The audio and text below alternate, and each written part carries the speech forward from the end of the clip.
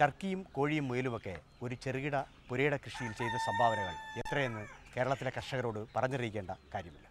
എന്നാൽ കോട്ടയം ജില്ലയിൽ മുട്ടിച്ചിറയിൽ മരിയ ഫാമിൽ ഇവയെ പ്രത്യേക രീതിയിലാണ് സംരക്ഷിക്കുകയും പരിചരിക്കുകയും ചെയ്യുന്നത്. ഫാമിൻ്റെ ഉടമസ്ഥനായ ശ്രീ മാത്യു തന്നെ അവ വിശദീകരിക്കും. ശ്രീ മാത്യു, ടർക്കി വളരെ പ്രധാനപ്പെട്ടൊരു പക്ഷിയാണ്. പ്രത്യേകിച്ചും ഈ ക്രിസ്മസ് കാലത്തൊക്കെയാണ് അതിൻ്റെ ഇറച്ചിക്ക് ഏറ്റവും കൂടുതൽ ഡിമാൻഡ്. എനിക്ക് തോന്നുന്നു ഈ പുരയിട കൃഷിയിൽ ഏറ്റവും ആദായകരമായി വളർത്താൻ കഴിയുന്ന ഒരു പക്ഷിയാണ് ടർക്കി. എങ്ങനെയാണ് നമ്മുടെ ഫാമിൽ എങ്ങനെയാണ് ഇതിൻ്റെ സംരക്ഷണം? നമ്മളിവിടെ പ്രത്യേക കേജിലാക്കി വളർത്തുന്നത്. എന്നുവെച്ചാൽ ഇവിടെ ഇപ്പോൾ ഈ ഫാം ഇരിക്കുന്ന 55 സെൻറ്റ് സ്ഥലത്താണ്. അപ്പോൾ അതിനകത്ത് ഇതെല്ലാം ഉൾക്കൊള്ളിച്ചുകൊണ്ട് പോകുന്നതുകൊണ്ട് എല്ലാം ഒരു കേജി സംവിധാനമാണ്. ഇപ്പോൾ ഇത് ഒരുപക്ഷെ ശാസ്ത്രീയമല്ലായിരിക്കും, പക്ഷേ എങ്കിലും ഇതിന് പ്രായോഗിക ബുദ്ധിമുട്ടുണ്ടോ? പ്രായോഗിക ബുദ്ധിമുട്ടില്ല. ഇല്ല ഇല്ല ഇല്ല ഇങ്ങനെ വളർത്താം എന്ന് മാറ്റി തെളിയിച്ചിരിക്കും. ഇപ്പോൾ ഏതൊക്കെ തരത്തിലുള്ള ടർക്കിയാണ് ഉള്ളത്? ഇപ്പോൾ എനിക്ക് തോന്നുന്നു ലാർജ് വെയിറ്റ് ടർക്കിയുണ്ട്, ബ്രോൺസ് ഉണ്ട്. ഇതിൽ ഏറ്റവും ആദായകരമായി വളർത്താൻ കഴിയുന്ന പക്ഷി, ഏറ്റവും കൂടുതൽ തൂക്കം കിട്ടുന്ന പക്ഷി? ഇതിലിപ്പോൾ വൈറ്റാണ് കൂടുതൽ തൂക്കമായിട്ട് തോന്നിക്കുന്നത്. അങ്ങനെയാണ് തോന്നുന്നത്. 6 മാസം കൊണ്ട് ആണാണെങ്കിൽ ഒരു 12 കിലോ അടുത്ത് തൂക്കം തരുന്നുണ്ട്. 12 കിലോളം വരും. ഈ സാഹചര്യത്തിൽ സംരക്ഷിച്ചിട്ട് പോകും. ഇവ തുറന്നുവിടാതാണ് വളർത്തുന്നത്. ആഴ്ച ഒരു ദിവസം തുറന്നു വിടും. ഞാനിതിനകത്ത് പുല്ല് എല്ലാ സാധനവും കൊടുക്കും. എല്ലാ ദിവസവും ഈ കൂട് വൃത്തിയാക്കി വെച്ചു? എല്ലാ ദിവസവും ഇത് ഇളക്കി ഇടും. എന്തൊക്കെ തീറ്റകളാണ് ടർക്കിക്ക് നൽകുന്നത്? ടർക്കിക്ക് ഇവിടെ കോഴിത്തീറ്റയാണ് കൊടുക്കുന്നത്. കോഴിത്തീറ്റ. പിന്നെ പുല്ലിട്ട് കൊടുക്കും. പിന്നെ ആഴ്ച ഒരു ദിവസം ഞാനിവിടെ മെയിനായിട്ട് ബ്രീഡ് ചെയ്ത് കുഞ്ഞുങ്ങളെയാണ് കൊടുക്കുന്നത്. പിന്നെ വീഡിങ്ങിൽ അധികം വരുന്ന മെയിൽ വരുന്നതിന് വളർത്തി ഇറച്ചിക്ക് കൊടുക്കും. എത്ര ദിവസം കൊണ്ട് എത്ര മുട്ടയാണ് ഒരു ടർക്കിയിൽ നിന്ന് കിട്ടുന്നത്? 180 മുട്ടകൾ ഒരു വർഷം കിട്ടും. സാധാരണ താറാവിൻ്റെ മുട്ടയും ടർക്കിയുടെ മുട്ടയും തമ്മിലുള്ളൊരു വ്യത്യാസം? ടർക്കി മുട്ട എല്ലാ മുട്ടകളും എൻ്റെ അനുഭവത്തിൽ ടേസ്റ്റിയാണ്, സോഫ്റ്റാണ്. കഴിച്ചിട്ടുണ്ട്. പുറത്തേക്ക് ആളുകൾ വിൽക്കുന്നുണ്ടോ? ഇവിടെ മുട്ട വിൽക്കുന്നില്ല. ഇവിടെ ഞാൻ സ്വന്തമായിട്ട് ഹാച്ച് ചെയ്ത് കുഞ്ഞുങ്ങളെ കൊടുക്കുകയാണ്. എത്ര ദിവസം കൊണ്ടാണ് ടർക്കി? 28 ദിവസം വേണം ഒരു. അപ്പോൾ എനിക്ക് തോന്നുന്നു ഒരു 180ഓളം മുട്ട ഒരു വർഷം കിട്ടും. കൊത്തുമുട്ട തന്നെ കിട്ടും. 180 മുട്ടയിടും. നമ്മൾ 150 മുട്ടയോളം ഒരു വർഷം ഹാച്ചിങ്ങിനായിട്ട് ഉപയോഗിക്കും. ഒരു ദിവസം ഈ മാത്യു ടർക്കി കുഞ്ഞുങ്ങളെ എവിടെ നിന്നാണ് വാങ്ങിച്ചത്? ഞാൻ വാങ്ങിച്ചത് കൊല്ലത്തു നിന്നാണ്, സർക്കാരിൻ്റെ ഫാമിൽ, കുരിപ്പുഴ സർക്കാർ ഫാമിൽ. ഒരു ദിവസം പ്രായമായ കുഞ്ഞിന് 30 രൂപയാണ്. അല്ല, 22 ദിവസമായ കുഞ്ഞിന് 160 രൂപ കൊടുത്താണ് വാങ്ങിയത്. 160 രൂപ കൊടുത്താണ്. 28 ദിവസമായ കുഞ്ഞിനാണ് ഇവിടെ കൊണ്ടുപോകുന്നത്. നമുക്കിതിൻ്റെ ഒരു ബ്രീഡിംഗ് പരുവം, അതായത് ഇണ ചേർക്കാൻ പറ്റുന്ന ഒരു പ്രായം എപ്പോഴാണ്? 6 മാസമാണ്. 6 മാസം. ഇതിന് പ്രത്യേക സൂര്യപ്രകാശമായിട്ട് ഇതിനെന്തില്ല? സൂര്യപ്രകാശമായിട്ട് അങ്ങനെ പ്രത്യേകിച്ച് ബന്ധമൊന്നും കാണുന്നില്ല. തുറന്നു വിട്ട് വളർത്തിയില്ലെങ്കിൽ കുഴപ്പമൊന്നുമില്ല. ഇല്ല, ഇത് നമുക്ക് തുറന്നു വിട്ട് വളർത്താൻ സൗകര്യം ഉണ്ടെങ്കിൽ ഇതിന് ഫീഡിൻ്റെ ചിലവ് വളരെ കുറയ്ക്കാം. തുറന്നു വിടാമെങ്കിൽ ഏറ്റവും നല്ലതാണ്. ഏറ്റവും നല്ലതാണ്. അല്ലെങ്കിൽ മറ്റേ പച്ചിലയും എല്ലാം നമ്മളിവിടെ കൊണ്ടുവന്നുണ്ട്. അപ്പോൾ നമുക്ക് ലാഭം തുറന്നിട്ട് വളർത്താമെങ്കിൽ ലാഭം കൂടുതൽ കിട്ടും. ഇറച്ചിക്ക് വേണ്ടി വളർത്തുവാണെങ്കിൽ തുറന്നിട്ട് വളർത്താമെങ്കിൽ ലാഭം കൂടുതൽ. കൂടുതൽ ഇതിന് ഫീഡിനേക്കാൾ ആവശ്യം പുല്ലാണ്. ഈ മരിയ ഫാമിൽ ഈ ടർക്കി കുഞ്ഞുങ്ങളെ അന്വേഷിച്ച ആളുകൾ വരാറുണ്ട്. എത്ര രൂപയ്ക്കാണ് ഇവിടെ വിൽക്കുന്നത്? ഇവിടെ 45 ദിവസമായ കുഞ്ഞാണെങ്കിൽ ജോഡിക്ക് 350 രൂപ, അത് കഴിഞ്ഞാണെങ്കിൽ 400 രൂപ. അങ്ങനെ ഓരോ സ്റ്റേജ് അനുസരിച്ചാണ് കൊടുക്കുന്നത്. അതൊരു 4 മാസമായാൽ 650 രൂപ ജോഡിക്ക്. വേറെ എന്തെങ്കിലും പ്രത്യേക പരിചരണ മുറകൾ ആവശ്യമുണ്ടോ ടർക്കിക്ക്? കുഞ്ഞുങ്ങൾക്ക് വളരെ എല്ലാത്തിനേക്കാളും കെയർ വേണം. ക്വാളിറ്റി കൂടുതലാണ്. എന്തൊക്കെയാണ് നിങ്ങളുടെ ഒരു മാതൃക? എന്തൊക്കെയാണ് ഞങ്ങളെന്ന് വെച്ചാൽ ഇവിടെ കുഞ്ഞിറങ്ങിക്കഴിഞ്ഞാൽ ഇതിന് പ്രത്യേകമായിട്ട് കേജിലിട്ട് അതിന് സംരക്ഷണം പ്രത്യേകം കൊടുക്കണം. നല്ല മെച്ചപ്പെട്ട ഗ്രാമപ്രിയ കോഴികളാണ്. എവിടെ നിന്നാണ് ഇതിനെയൊക്കെ വാങ്ങിച്ചത്? ഇവിടെ തന്നെ മുട്ട ഇടിയിച്ച് വിരിയിക്കുകയാണ്. ഗ്രാമപ്രിയയുടെ പേരൻറ് സ്റ്റോക്കിനെ എത്രത്തോളം പേരൻറ് സ്റ്റോക്ക് ഉണ്ട്? ഇവിടെ 10 പേരുണ്ട്. ഗ്രാമപ്രിയ കോഴിയുടെ മുട്ട ചുവന്ന തവിട്ട് നിറത്തിലുള്ള, അതുകൊണ്ട് തന്നെ നല്ല മാർക്കറ്റിൽ നല്ല വില. നാടൻ മുട്ടയുടെ തന്നെ വില കിട്ടും. മുട്ട വിൽക്കുന്നുണ്ടോ? മുട്ട വിൽക്കുന്നില്ല. പൂർണ്ണമായിട്ടൊരു ബ്രീഡറാണ് അല്ലേ? ഇത്തരം കാര്യങ്ങളൊക്കെ ബ്രീഡ് ചെയ്ത് പരമാവധി കുഞ്ഞുങ്ങളെ ഇതിനകത്ത് ലാഭമാണ്. അപ്പോൾ ഒരു ദിവസം ഈ എത്ര ദിവസം പ്രായമായ കോഴി കുഞ്ഞിനാണ് വിൽക്കുന്നത്? 45 ദിവസം മുതൽ കൊടുത്തു തുടങ്ങും. എത്ര അതിൻ്റെ വില? 45 ദിവസമായ കുഞ്ഞിന് 70 രൂപയാണ്. 70 രൂപ. അത് കഴിഞ്ഞ് ദിവസത്തിൻ്റെ അനുസരിച്ച് വില മാറിക്കൊണ്ടിരിക്കും. മുട്ടക്കോഴിക്ക് ആവശ്യക്കാർ വരുന്നത് ധാരാളം ആവശ്യക്കാരുണ്ട്. ഏറ്റവും കൂടുതൽ ആവശ്യക്കാർ ഗ്രാമപ്രിയക്കാണ്. ഗ്രാമപ്രിയക്കാണ്. അതുകൊണ്ടായിരിക്കും ഏറ്റവും കൂടുതൽ ഗ്രാമപ്രിയ ഉൽപ്പാദിപ്പിക്കുന്നത്. ഗ്രാമപ്രിയക്ക് പ്രത്യേകിച്ച് എന്തെങ്കിലും ഈ അടുക്കള മുറ്റത്ത് വളർത്താൻ കഴിയുന്ന രീതിയിലുള്ള കോഴിയാണ് സാധാരണ വാങ്ങിച്ചിട്ട് വീട്ടുമുറ്റത്ത് തന്നെ വളർത്താൻ. പക്ഷേ ഇവിടെ ഒരു പ്രത്യേക രീതിയിലാണ് ഈ ബ്രീഡിംഗ് സ്റ്റോക്കിനെ കിടക്കുന്നുണ്ടാണ്. അങ്ങനെ വളർത്തുന്നുണ്ടാണ്. എന്താ തീറ്റ കൊടുക്കാറ്? ഇതിന് എസ്കേമിൻ്റെ ഫീഡാണ്. എസ്കേമിൻ്റെ ഫീഡ്. എത്രത്തോളം കൊടുക്കേണ്ടി വരും ഒരു കോഴിയൊന്ന്? ഒരു കോഴിക്ക് സാധാരണ അപ്പം മുട്ടയിടുന്ന സമയമാണെങ്കിൽ 50 ഗ്രാം. മരിയ ഫാമിൻ്റെ വിശേഷങ്ങൾ ഓരോന്നും പങ്കുവെച്ച് നീങ്ങുമ്പോൾ ഒരു സന്തോഷം കൂടി നമ്മളെ തേടിയെത്തുന്നു. മരിയ ഫാമിനെ സംസ്ഥാന മൃഗസംരക്ഷണ വകുപ്പ് ഫാം സ്കൂളായി അംഗീകരിച്ച വാർത്തയാണ്. ഈ വാർത്ത അറിയിച്ചുകൊണ്ട് സംസ്ഥാന മൃഗസംരക്ഷണ വകുപ്പിൻ്റെ അസിസ്റ്റന്റ് ഡയറക്ടർ ഡോക്ടർ വിശ്വനാഥൻ നമ്മളോടൊപ്പം ഇപ്പോൾ ഈ ഫാമിലെത്തിയിട്ടുണ്ട്. അദ്ദേഹവുമായി ചില കാര്യങ്ങൾ ചോദിച്ചറിയാം. നമസ്കാരം ശ്രീ വിശ്വനാഥൻ. മൃഗസംരക്ഷണ വകുപ്പ് അസിസ്റ്റന്റ് ഡയറക്ടർ എന്ന നിലയിൽ ഈ ഫാമിന് അതായത് കുരിശിങ്കൽ ശ്രീ മാത്യു നടത്തുന്ന ഫാം, അത് മരിയ ഫാമിന് എന്തൊക്കെ പ്രത്യേകതകളാണ് പറയാനുള്ളത്? ഇവിടെ ഇപ്പോൾ തന്നെ ഓസ്ട്രിച്ച് ഉണ്ട്, അതുപോലെ എമു ഉണ്ട്, റാബിറ്റ്, പോൾട്രി ഡിഫറെൻറ്റ് വെറൈറ്റീസ് ഉണ്ട്. പിന്നെ നമുക്ക് ഫെസൻറ്റ്, ഇങ്ങനെ ഡിഫറെൻറ്റ് വെറൈറ്റീസ് ഓഫ് പോൾട്രി ആയിട്ടുണ്ട്, ആനിമൽസൊക്കെ ആയിട്ടുള്ളതുണ്ട്. ഇത് നമ്മളെ സംബന്ധിച്ച് അവിടെ ഒരു LMDC എന്ന് പറഞ്ഞു കഴിഞ്ഞാൽ ട്രെയിനിങ് സെൻ്ററാണ്. ട്രെയിനിങ് സെൻറ്റർ വിവിധ വിഷയങ്ങളിൽ ട്രെയിനിങ് നടത്തുമ്പോഴത്തേക്ക് കർഷകർ വരുമ്പോഴത്തേക്ക് അവർക്ക് ചൂണ്ടിക്കാണിക്കാൻ പറ്റും. നിങ്ങൾക്കത് ഒരു 5 കിലോമീറ്റർ 6 കിലോമീറ്റർ തൊട്ടടുത്തുള്ളൊരു പ്രസ്ഥാനമാണത്. അപ്പോൾ അവർക്ക് ഈസി ആയിട്ട് ഇവിടെ വന്നവരെയും കാര്യങ്ങളെല്ലാം കണ്ട് മനസ്സിലാക്കാൻ ചെയ്യാൻ പറ്റുന്ന ഒരു സംവിധാനമുള്ള കാരണമാണ് നമ്മൾ ഇപ്പം ഫാം സ്കൂൾ തന്നെ ഇങ്ങോട്ട് ഒരു തിരഞ്ഞെടുക്കാനായിട്ടുള്ള ഒരു പോലും ഞങ്ങളായിരിക്കുകയാണ്. അപ്പം ഡോക്ടർ വിശ്വനാഥൻ, ഈ ഫാം സ്കൂൾ എന്ന് പറയുമ്പോൾ എന്താണ് എന്നൊന്ന് വിശദമാക്കാൻ പറ്റും? നമ്മുടെ ഇത് ലേണിംഗ് ബൈ ഡൂയിങ് മെത്തേഡ് എന്നുള്ളതാണ് ഉദ്ദേശിക്കുന്നത്. ഇപ്പോൾ അനിമൽ ഹസ്ബൻഡറി മൃഗസംരക്ഷണ വകുപ്പ് ഫാം സ്കൂൾ എന്നുകൊണ്ട് ഉദ്ദേശിക്കുന്നത് ഡയറി സെക്ടറിലും അതുപോലെ തന്നെ got raring, rabbit raring, poultry, പിന്നെ പിഗ്, ഫോഡർ, ഇങ്ങനെയുള്ള ഡിഫറെൻറ്റ് ആക്ടിവിറ്റീസുമായിട്ട് ബന്ധപ്പെട്ട് നമുക്ക് അറിയാം. ഇപ്പം നിലവിൽ എല്ലാ ട്രെയിനിങ് സെൻറ്ററോ അല്ലെങ്കിൽ എല്ലാ ജില്ലയിലും ഗവൺമെൻറ് തലത്തിലുള്ള ഒരു ഫാംസ് ഒന്നുമില്ല. അപ്പോൾ അങ്ങനെ വരുമ്പോഴത്തേക്ക് പ്രൈവറ്റ് ആയിട്ടുള്ള ഇതുപോലുള്ള മേഖലയിൽ വർക്ക് ചെയ്യുന്നവർ നല്ല ഫാംകാരെ തിരഞ്ഞെടുത്തിട്ട് അവർക്ക് നല്ല ട്രെയിനിങ് കൊടുക്കുന്നു. ട്രെയിനിങ് കൊടുത്തതിന് ശേഷം ഇവർക്ക് തന്നെ ഒരു പല ഫാമേഴ്സ് ഇവിടെ ഒന്ന് പറയുമ്പോഴത്തേക്ക് അവരോട് ഇങ്ങനെയൊക്കെയാണ് ചെയ്യേണ്ടതെന്നുള്ള രീതിയിൽ ഇവർ പറയുമ്പോഴത്തേക്ക് ഒന്നും കൂടി ഫാമറിനെ സംബന്ധിച്ച് അവർ കൂടുതൽ ഇതിലേക്ക് ഇൻട്രസ്റ്റ് ആവുകയും അവർ ഈ ആക്ടിവിറ്റീസുമായിട്ട് ബന്ധപ്പെട്ട് ചെയ്യുവാണെങ്കിൽ നല്ലതാണല്ലോ എന്നുള്ള വിചാരിച്ചിട്ടാണ് ഗവൺമെൻറ് ഇപ്പോൾ ഇങ്ങനൊരു സംരംഭം എടുത്തിരിക്കുന്നത്. ഇപ്പോൾ ഈ ഫാമിന് എത്രത്തോളം രൂപയുടെ സഹായമാണ്? നമുക്ക് ഇവർക്ക് മിക്സഡ് ഏജ് ആക്ടിവിറ്റി ആയിട്ടുള്ള ഒരു ഇതിലാണ് ഇത് പോകുന്നത്. അങ്ങനെ വരുമ്പോഴത്തേക്ക് ഒരു 1.5 ലക്ഷം രൂപയോടത്തോളം ഇവർക്ക് ഇതുമായിട്ട് ബന്ധപ്പെട്ട് ഇവരുടെ ഈ ഫാം കുറച്ചും കൂടി ഡെവലപ്പ് ചെയ്യാനും അല്ലെങ്കിൽ കുറച്ചും കൂടി മെക്കനൈസേഷൻ ആ രീതിയിൽ വരാനൊക്കെ വേണ്ടിയിട്ട് ഉപകരിക്കുന്നുണ്ട്. പ്രത്യേകിച്ച് ഇവർക്ക് ഈ ഹാച്ചറി അങ്ങനെയുള്ള ഒരു സംവിധാനമൊക്കെ ഉള്ളപ്പോഴത്തേക്ക് അത് ജനങ്ങൾക്ക് കൂടുതൽ യൂസ് ആയിരിക്കും. അത് കാരണമാണ് കോട്ടയം ജില്ലയിൽ ആവട്ടെ ഈ മിക്സഡ് ഏജ് ആക്ടിവിറ്റിയായിട്ട് ബന്ധപ്പെട്ട് ഒറ്റ ഒരു ഇതേ ഉള്ളൂ. അത് ഈ ഫാമിൽ തന്നെയാണ് കൊടുക്കാനായിട്ട് തീരുമാനിച്ചിരിക്കുന്നത്. താങ്കൾ അധ്യക്ഷനായിരിക്കുന്ന മൃഗസംരക്ഷണ പരിശീലന കേന്ദ്രത്തിൽ എത്രത്തോളം പഠനാർത്ഥികൾ വരുന്നുണ്ട്? ഒരു വർഷം 3000-ഓളത്തോളം നമ്മൾ ഇൻ ക്യാമ്പസ് ഔട്ട് ക്യാമ്പസ് ഇങ്ങനെ കണ്ടല്ലേ, ഓഫ് ക്യാമ്പസ് 2 ഇതായിട്ട് വരുന്നുണ്ട്. ഇൻ ക്യാമ്പസ് എന്ന് പറഞ്ഞു കഴിഞ്ഞാൽ അവർക്ക് വരുന്ന ജനങ്ങൾക്ക് ഭക്ഷണം കൊടുക്കുന്നുണ്ട്, മറ്റുള്ള അവരുടെ ടീ ഒഴിച്ചിട്ടുള്ള എല്ലാ കാര്യങ്ങളും ഇവിടെ ചെയ്യുന്നുണ്ട്. അപ്പോൾ ഈ 3000 ആളുകളെയും കൂടി അക്കോമഡേറ്റ് ചെയ്യാൻ അത് കഴിയുമോ? ഇവിടെ ഡയറി ഇപ്പം വലിയ ഡയറി ഫാമിന് വേറെ ഒരു ഇതുണ്ട്. അപ്പം മിക്സഡ് ഏജ് ആക്ടിവിറ്റി എന്ന് പറഞ്ഞാൽ എല്ലാ പല ഇതുണ്ട്. ഗോട്ടിൻ്റെയും റാബിറ്റിൻ്റെ തന്നെ ആയിട്ടുള്ള വേറെ ഇതുണ്ട്, അവർക്കും നമ്മളിത് കൊടുക്കുന്നുണ്ട്. അങ്ങനെയാണെങ്കിൽ എനിക്ക് തോന്നുന്നു ഒരു മാസം ഏകദേശം ഒരു 100-200ഓളം സന്ദർശകർ തീർച്ചയായിട്ടും ഒരു 500 ഫാമേഴ്സ് എങ്കിലും എന്താണെങ്കിലും ഒരു പിന്നെ ഫാമിൽ വിസിറ്റ് ചെയ്യുന്നുണ്ട്. അങ്ങനെ കൊണ്ടുവരുന്നവർക്ക് എന്തൊക്കെ കാര്യങ്ങളാണ് ഇവിടുന്ന് മനസ്സിലാക്കുന്നത്? ഇവിടുന്ന് ഇവർ വളർത്തുന്ന രീതിയും അതുപോലെ കേജ് എങ്ങനെയാണ്, ഓട്ടോമാറ്റിക് വാട്ടറിങ് സിസ്റ്റം, പിന്നെ അങ്ങനെ പല കാര്യങ്ങളും ഇവിടെ നിന്ന് കണ്ട് നമ്മൾ പറഞ്ഞു കൊടുക്കുന്നേക്കാളും ഒന്നും കൂടി നല്ല ഇഫക്റ്റീവായിട്ട് കണ്ട് കാര്യങ്ങൾ മനസ്സിലാക്കുമ്പോഴത്തേക്കാണ് അതാണ് ലേണിംഗ് ബൈ ഡൂയിങ് മെത്തേഡ് കൊണ്ട് ഉദ്ദേശിക്കുന്നത്.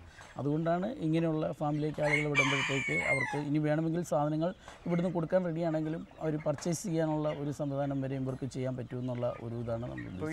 ഏകദേശം 1.5 ലക്ഷം രൂപയുടെ സാമ്പത്തിക സഹായം അല്ലെങ്കിൽ സബ്സിഡി എന്നതിനപ്പുറത്തേക്ക് മറ്റെന്തെങ്കിലും അസിസ്റ്റൻസ് കൊടുക്കാൻ കഴിയും? തീർച്ചയായിട്ടും അടുത്ത വർഷം മുതൽ ഇവരിങ്ങനെ ട്രെയിനിങ് ഇവർക്ക് വേണ്ടി നടത്തുമ്പോഴത്തേക്ക് ഇവർക്ക് ആ ട്രെയിനിങ് കൊടുക്കുന്ന അതുമായിട്ട് ബന്ധപ്പെട്ട് 1 മണിക്കൂറോ അല്ലെങ്കിൽ 2 മണിക്കൂറോ എക്സ്പെൻസ് ഇവർക്ക് ടൈം ഇത് ചെയ്യുമ്പോഴത്തേക്ക് അതിനുവേണ്ടി ഇവർക്ക് കുറച്ച് ഫണ്ട് ഇതിനുവേണ്ടി തന്നെ പ്രോത്സാഹനമാകും. അങ്ങനെ ഒരു 3 വർഷത്തേക്കാണ് ഇവർ ഇതിപ്പം നിലവിൽ ഇങ്ങനെ നമ്മളൊരു ഫണ്ട് ഒരു പ്രാവശ്യം കൊടുത്തു കഴിഞ്ഞാൽ 3 വർഷത്തേക്കാണ് ഇത് അവർക്ക് ഇതിങ്ങനെ നിലനിർത്തണം എന്നുള്ള ഒരു എഗ്രിമെൻറ്റിൻ്റെ പുറത്താണ് ഇത് പോകുന്നത്. കോട്ടയം ജില്ലയിൽ എത്ര ഫാം സ്കൂളുകളുണ്ട്? കോട്ടയം ജില്ലയിൽ ടോട്ടൽ ഇപ്പോൾ 16 ഫാം സ്കൂളുകളും വരും.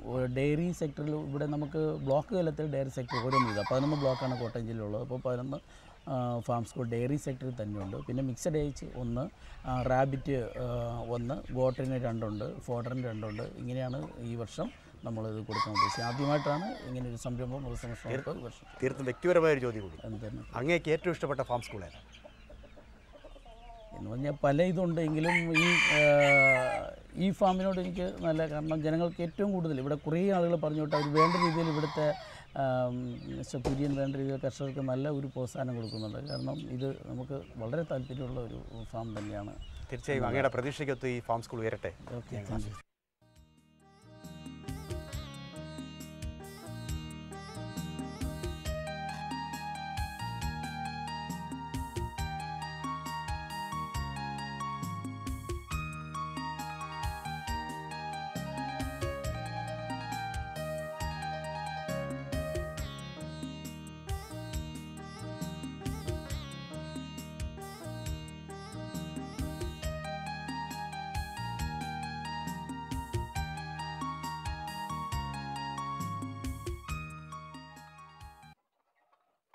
ഇതിൽ ഇപ്പം നമ്മൾ കമ്പാരിറ്റീവ് ആയിട്ട് ചോദിക്കുമല്ലേ ഏറ്റവും കൂടുതൽ ലാഭമുള്ള ബിസിനസ് ഏതാണ്? കോഴിയാണോ ടർക്കിയാണോ ഗിനിയാണോ? ടർക്കിയാണ് നമുക്ക് ലാഭം. ലാഭം കുഞ്ഞുങ്ങളെ വെക്കുമ്പോൾ ടർക്കിയാണ് മെച്ചം. പക്ഷേ മോർട്ടാലിറ്റി കൂടുതൽ ടർക്കിയുടെ കുഞ്ഞുങ്ങൾക്കാണ്. വളർത്തി സംരക്ഷിച്ച് കഴിഞ്ഞാൽ ടർക്കിയാണ് നമുക്ക് ഏറ്റവും കൂടുതൽ. ഒരു ദിവസം പ്രായമായ കുഞ്ഞിന് 80 രൂപ. കൂടുതൽ ആവശ്യക്കാർ വരുന്നത് കോഴിക്കാണ്, മുട്ടക്കോഴിക്കാണ്. അതെ, മുട്ടക്കോഴി എത്രത്തോളം ഉൽപ്പാദിപ്പിച്ചാൽ വിൽക്കാൻ കഴിയുന്ന ശരിയാണ്. അപ്പോൾ അങ്ങനെയാണെങ്കിൽ ഇൻക്യുബേറ്റർ വലുതാക്കാൻ വല്ല ലക്ഷ്യമുണ്ട്? ഇല്ല ഇല്ല ഇല്ല ഇത്രേ പറ്റത്തുള്ളൂ. ഉള്ള ഒരു കപ്പാസിറ്റി ഈ മരിയ ഫാമിൻ്റെ ഒരു ക്വാളിറ്റി ഈ പ്രോഡക്റ്റിലൊക്കെ മെയിൻറ്റെയിൻ ചെയ്യാൻ പറ്റുന്നുണ്ട്. ഉണ്ട്. എങ്ങനെ എന്താ അങ്ങനെ പറയാൻ കാര്യം? ഇച്ചിരി നമ്മളിവിടെ സ്വന്തമായിട്ട് ബ്രീഡ് ചെയ്യുന്ന സാധനം മാത്രമേ കൊടുക്കുന്നുള്ളൂ. പുറത്തുനിന്ന് ഒരു സാധനം വാങ്ങി കുഞ്ഞുങ്ങൾ വിൽക്കുന്നില്ല. കൊടുക്കുന്ന കുഞ്ഞുങ്ങൾക്ക് 100% ഗ്യാരണ്ടി പറയുന്നുണ്ട്. അത് പൂവനും പടേ ഇന്നാന്ന് പറയാൻ കൃത്യമായിരിക്കും. അത് ആരാണ് ഇതിൻ്റെ ആവശ്യക്കാർ കൂടുതലും? നാട്ടിൻപുറത്തുനിന്ന് ആൾക്കാരാണ് കൂടുതലും വരുന്നത്. നാട്ടുപുറത്ത് ഈ ഭാഗത്ത് ലോക്കലായിട്ട് വരുന്നുണ്ട്, പിന്നെ വെളിയിൽ നിന്നും വരുന്നുണ്ട്. ഒരു കർഷകനായി ഈ ഒരു നല്ല ബ്രീഡറായി അറിയപ്പെടാനാണോ മറ്റൊരു താല്പര്യം, അതോ ഒരു ബിസിനസ്സുകാരനായി അറിയപ്പെടാൻ? ഇല്ല, ഇങ്ങനെ തന്നെ കൃഷിക്കാരനായിട്ട് അറിയപ്പെടാൻ താല്പര്യം. സോവിയറ്റ് ജില്ല ഇവിടെ കാണാൻ കഴിയുന്നൊരു പ്രത്യേകത എന്ന് വെച്ച് കഴിഞ്ഞാൽ മുയലുകളുടെ എല്ലാം തൂക്കം നല്ല രീതിയിലുണ്ട്. ഏകദേശം 5 കിലോ ഒക്കെ അടുപ്പിച്ചുള്ള തൂക്കം. എങ്ങനെയാണ് ഈ തൂക്കം വെപ്പിക്കുന്നത്? അതിനെന്തെങ്കിലും ഒരു പ്രത്യേക തന്ത്രമുണ്ടോ? ഇല്ല, ഇവിടെ രാവിലെ 100 ഗ്രാം പെല്ലറ്റ് കൊടുക്കും, പിന്നെ വൈകുന്നേരം 200 ഗ്രാം തീറ്റ കൊടുക്കും. അത്രേ ഉള്ളൂ. അപ്പോൾ ഇതിൻ്റെ സ്റ്റോക്ക് ചിലപ്പോൾ നല്ല മികച്ചതായിരിക്കും. അതെ, കുഞ്ഞുങ്ങളെ ഉൽപ്പാദിപ്പിക്കും. ഇത് ഒറിജിനൽ ബ്രീഡാണ്. അതിനുവേണ്ടി പ്രത്യേക സ്റ്റോക്ക് ഉണ്ടോ? ഉണ്ട്. ആ സ്റ്റോക്ക് കൊടൈക്കനാലിൽ നിന്ന് കൊണ്ടുവന്നതാണ്. കൊടൈക്കനാലിൽ സോവിയറ്റ് ജില്ല കൂടാതെ ന്യൂസിലാൻഡ് വൈറ്റ് ഉണ്ട്. ന്യൂസിലാൻഡ് രണ്ടും വൈറ്റൊക്കെ ചെയ്യുന്നത്. സോവിയറ്റ് ജില്ല ന്യൂസിലാൻഡ് വൈറ്റ് മാത്രമേ ചെയ്യൂ. അത്രേ അത്തരം ബ്രീഡുകളോട് പ്രത്യേക താല്പര്യം ഉണ്ടാകാൻ അതാണ് നമുക്ക് കൂടുതലും തൂക്കം വെക്കുന്നതും ആവശ്യക്കാർ കൂടുതലായിട്ടും ചോദിക്കുന്നത്. ഈ സാധാരണ ഈ മുയൽ കൃഷി കേരളത്തിൽ കാണുന്നത് ആദ്യം കുറച്ച് ആളുകൾ വളരെ ആവേശത്തോടു കൂടി വരും, കുറച്ച് കഴിയുമ്പോൾ പെട്ടെന്ന് അങ്ങ് നിർത്തി പോകുന്നൊരു കാഴ്ച. എന്താ ഇതിന് മെയിനായിട്ട് പ്രശ്നം എന്ന് വെച്ചാൽ ഫംഗസ് വന്ന അസുഖം വരുന്നുണ്ട്. അതാണ് ഇതിന് മെയിൻ പ്രശ്നം. ഇവിടെ ഇപ്പോൾ അത്തരം പ്രശ്നങ്ങളുണ്ട്? ഇവിടെ അങ്ങനെ പ്രശ്നങ്ങളില്ല. ഇവിടെ എന്ന് വെച്ചാൽ ഞാൻ പ്രത്യേക രീതിയിലാണ് കേജ് ചെയ്തിരിക്കുന്നത്. എങ്ങനെയാണ് കേജ് എന്ന് പറഞ്ഞാൽ നടുക്ക് പുല്ലിട്ട് കൊടുത്ത് വലിച്ചെടുക്കാൻ സംവിധാനം. ഓ, അങ്ങനെ ഒരു സംവിധാനം ചെയ്തിരിക്കുക. അപ്പോൾ ഈ കൃത്യം അപ്പുറത്തും ഇപ്പുറത്തും നിന്ന് മുയലുകൾ ഈ പുല്ല് വലിച്ചെടുക്കും. അപ്പം നമ്മൾ ഈ കൂട്ടി തന്നെ വീണ് കഴിഞ്ഞാൽ എന്താ കുഴപ്പം? കൂട്ടി തന്നെ വീണ് ഇത് മൂത്രം ഒഴിച്ച് അതൊക്കെ ചവിട്ടും. കാലുവഴി ഫംഗസ് വരും, ചെവിയിലും മൂത്രം പറ്റും. നമ്മൾ എല്ലാ ദിവസവും ഈ കൂട് തുറന്ന് ക്ലീൻ ചെയ്യണം. അപ്പോൾ ഇത് ഗർഭിണിയായ സമയത്ത് ഇത് ആക്രമണമുണ്ട്. അപ്പോൾ നമ്മൾ കൈ ഇടുമ്പോൾ ചിലപ്പോൾ കടിച്ചു കൊടുക്കും. അപ്പോൾ അത് നമുക്ക് ഒഴിവാക്കാം. കൂടെ എപ്പോഴും ക്ലീൻ ആയിരിക്കും. ഇപ്പോൾ മിച്ചം പുല്ലുണ്ടെങ്കിൽ പോലെ വേസ്റ്റ് ആകത്തില്ല. ഇപ്പോൾ ഈ ന്യൂസിലൻഡ് വൈറ്റും സോവിയറ്റ് ജില്ലയും എത്രത്തോളം കുഞ്ഞുങ്ങളെ കിട്ടുന്നുണ്ട്? ഒരു വർഷം 50 കുഞ്ഞിനെ കിട്ടും. ഒരു വർഷം 36 കുഞ്ഞ് നമ്മൾ ആവറേജ് കണക്ക് കൂട്ടുന്നുണ്ട്. ഇതിൻ്റെ ന്യൂസിലാൻഡ് വൈറ്റിൽ നമുക്കൊരു 50-55 കുഞ്ഞ് വരെ കിട്ടും. ഒരു 50 കുഞ്ഞിനെ കിട്ടിയാൽ വലിയ ലാഭമാണ്. ഇല്ല, വെറും 36 കുഞ്ഞിനെ കിട്ടിയാൽ 10 മുതലേന്ന് ഒരു മാസം നമുക്ക് 3500 രൂപ, ഇറച്ചി വരയ്ക്ക് ഒരു 130 രൂപ വരയ്ക്ക് കൊടുത്ത ലാഭമാണ്. പക്ഷേ ഈ മുയലിപ്പോൾ നമ്മൾ കാണുമ്പോൾ വളരെ ഓമനത്തുണ്ട്, എല്ലാവരും കാണുമ്പോൾ വളരെ ഇത്രയുള്ള ചെറിയ ജീവി. പക്ഷേ ഇത് വലിയൊരു അളവ് തീറ്റ തിന്നുമെന്ന് പറയാൻ ശരി? ഇല്ലില്ല, ഇതിപ്പോൾ ഞാനിവിടെ കൊടുക്കുന്ന 100 ഗ്രാം പെല്ലറ്റും 200 ഗ്രാം പുല്ലേ കൊടുക്കുന്നുള്ളൂ. അതുകൊണ്ടൊരു 6-7 മാസം കൊണ്ട് 4-4.5 കിലോ വരും. ഒരു വർഷം കൊണ്ട് 6.5 കിലോ തൂക്കം വരും. 6.5 കിലോ.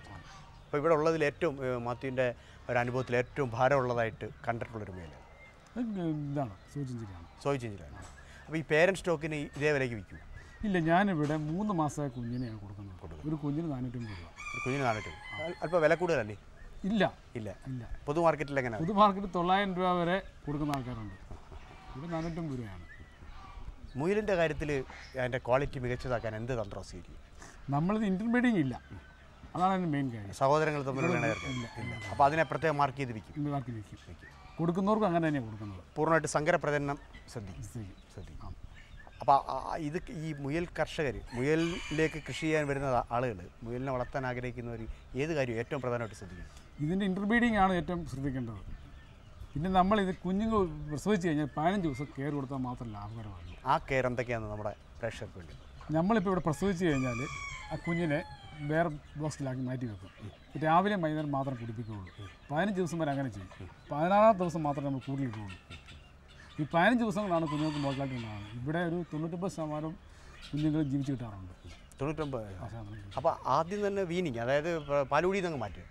പാല് കൊടുക്കും. രാവിലെ വൈകുന്നേരം മാത്രമേ പാല് കൊടുക്കത്തുള്ളൂ. ഇവിടുത്തെ സമയം മാത്രം. അങ്ങനെ കൊടുക്കുന്നുണ്ട് എന്താ അഡ്വാൻറ്റേജ്? അങ്ങനെ കൊടുക്കുമ്പോഴത്തേക്ക് നേരം നമുക്ക് കുടുത്തി കിടക്കുമ്പോഴത്തേക്ക് തള്ള കയറി കിടന്ന് ചത്തു പോകാം. അങ്ങനെ ഒരു മരണസമയമുണ്ട്. പിന്നെ കുടിച്ച് നമുക്ക് അറിയത്തില്ല. നമ്മളിതിനെ ഒരു ചെറിയ ബോക്സിനകത്താക്കി വെച്ച് കഴിയുമ്പോഴത്തേക്ക് ആ ബോക്സ് തള്ള കൊണ്ട് ഇരുത്തും. അപ്പോൾ അതൊരു പ്രത്യേക രീതി കുടിക്കാത്തതെന്ന് അറിയാൻ പറ്റും. അപ്പോൾ അങ്ങനെ കയറി ചെയ്യുന്നത് നമുക്ക് ഇവിടെ മരണനിരക്ക് വളരെ കുറവാണ്.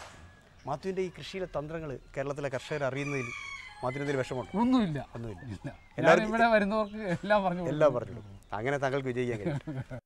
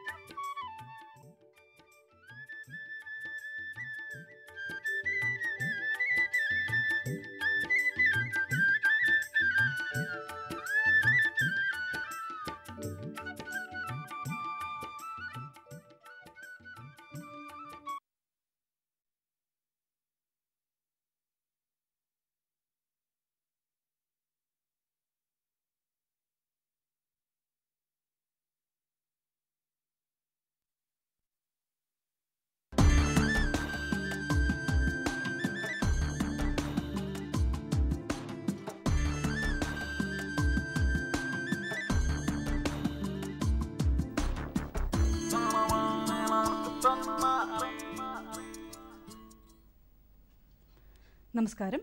ദൂരദർശൻ കാർഷിക വാർത്തകളിലേക്ക് സ്വാഗതം. പ്രധാന വാർത്തകൾ.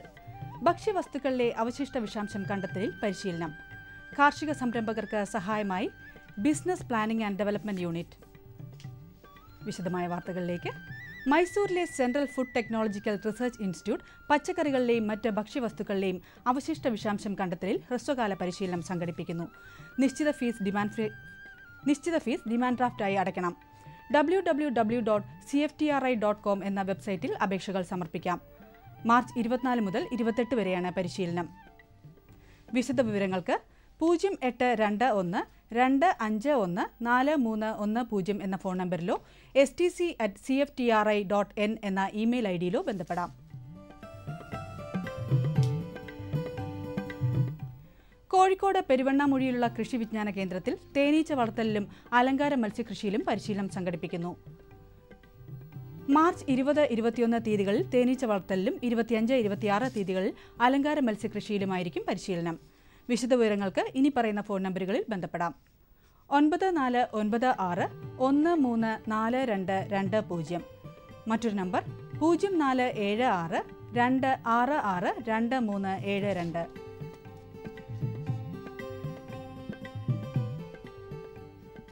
അടുത്ത സീസണിന് വേണ്ടിയുള്ള മേൽത്തരം റബ്ബർ തൈകൾ റബ്ബർ ബോർഡിന്റെ കരിക്കാട്ടൂരിലെ നഴ്സറിയിലും കടയ്ക്കമൺ, കഞ്ഞിക്കുളം, മഞ്ചേരി, ഉളിക്കൽ, ആലക്കോട് എന്നിവിടങ്ങളിലെ റീജിയണൽ നഴ്സറികളിലും തയ്യാറാക്കുന്നു. RRI 105, 414, 417, 422, 430 എന്നീ ഇനങ്ങളുടെ തൈകളാണ് ലഭ്യമാകുന്നത്. ആവശ്യമുള്ള കർഷകർ റബ്ബർ ബോർഡിന്റെ റീജിയണൽ ഓഫീസുകളുമായി ബന്ധപ്പെടുക. കാർഷിക രംഗത്തെ സംരംഭകത്വ സാധ്യതകൾ ഉപയോഗപ്പെടുത്തുന്നതിന് കോഴിക്കോട് ഭാരതീയ സുഗന്ധവിള ഗവേഷണ സ്ഥാപനത്തിന് കീഴിൽ ബിസിനസ് പ്ലാനിംഗ് ഡെവലപ്മെന്റ് യൂണിറ്റ് പ്രവർത്തിക്കുന്നു. നിർമ്മിച്ച് വിപണിയിലിറക്കുന്നതുവരെയുള്ള വിവിധ ഘട്ടങ്ങളിൽ സംരംഭകർക്കൊപ്പം നിന്ന് എല്ലാ സഹായ സഹകരണങ്ങളും BPD ചെയ്തു കൊടുക്കും. പുതിയ കാർഷിക സംരംഭങ്ങൾ തുടങ്ങുവാൻ ഉദ്ദേശിക്കുന്ന സംരംഭകർക്ക് ഓഫീസ് സൗകര്യവും മറ്റ് സൗകര്യങ്ങളും യൂണിറ്റിന് കീഴിൽ ലഭ്യമാകും. IISRൽ ലഭ്യമായ വാണിജ്യ പ്രാധാന്യമുള്ള വിവിധ സാങ്കേതിക വിദ്യകളെക്കുറിച്ചും അവയുടെ ബിസിനസ് സാധ്യതകളെക്കുറിച്ചും BPD യൂണിറ്റ് ഏപ്രിൽ മാസത്തിൽ സംരംഭകത്വ വികസന പരിപാടി സംഘടിപ്പിക്കും. കൂടുതൽ വിവരങ്ങൾക്ക് ബന്ധപ്പെടുക. Business planning and development unit, ഭാരതീയ സുഗന്ധവിള ഗവേഷണ സ്ഥാപനം, post box number 1701, Merikkunnu PO, Kozhikode 673012. Phone 0495-273-1410. Email ID bpd.iisr@gmail.com.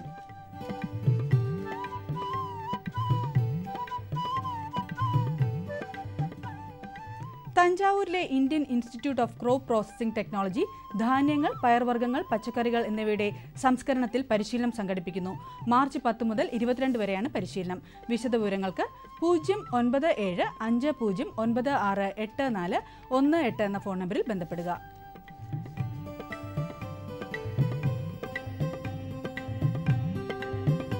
Palakkad ജില്ലയിലെ 9 സർക്കാർ ഫാമുകളിൽ നിന്നുള്ള ഉൽപ്പന്നങ്ങൾ വിപണനം ചെയ്യാൻ കൃഷിവകുപ്പ് വിൽപ്പന കേന്ദ്രം ആരംഭിച്ചു. പാലക്കാട് കുന്നത്തൂർ സംസ്ഥാന വിത്തുൽപാദന കേന്ദ്രത്തിലാണ് വിപണന കേന്ദ്രം.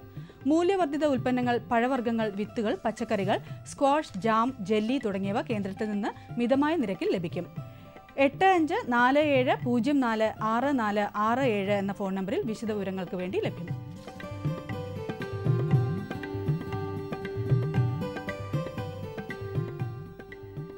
ഇനി കമ്പോള നിലവാരം.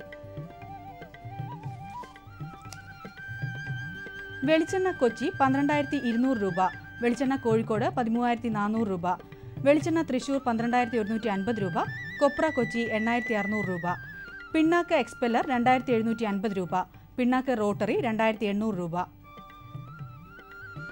കുരുമുളക് അൺഗാർബിൾഡ് 51500 രൂപ, കുരുമുളക് ഗാർബിൾഡ് 53500 രൂപ, ചുക്ക് മീഡിയം 22500 രൂപ, ചുക്ക് ബെസ്റ്റ് 23500 രൂപ, മഞ്ഞൾ നാടൻ 6200 രൂപ, മഞ്ഞൾ സേലം ഈറോഡ് 7200 7500.